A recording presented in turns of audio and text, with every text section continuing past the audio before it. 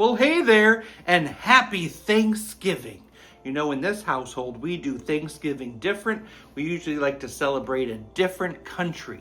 We use the regular Thanksgiving staples, but we do it in a different cultural way.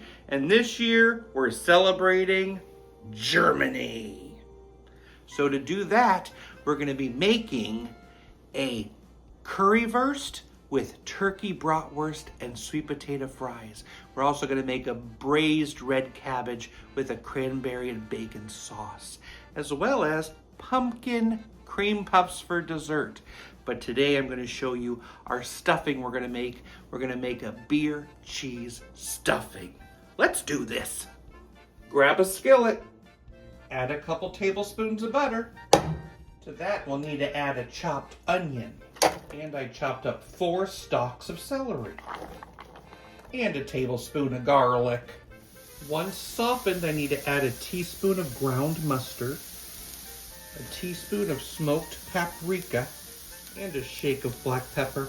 Let's give that a stir. We need a cup of beer, and then we're going to allow that to simmer. We're going to reduce the heat and allow it to simmer for 2 minutes.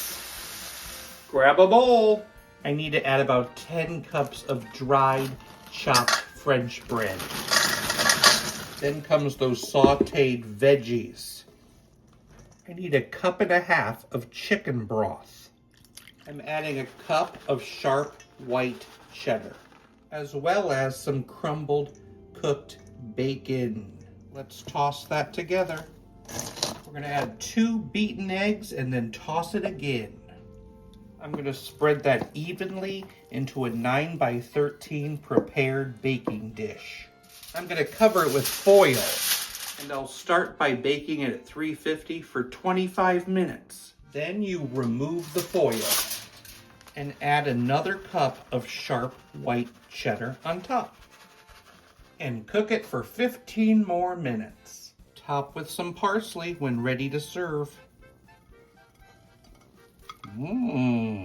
Beer cheese stuffing. Wow.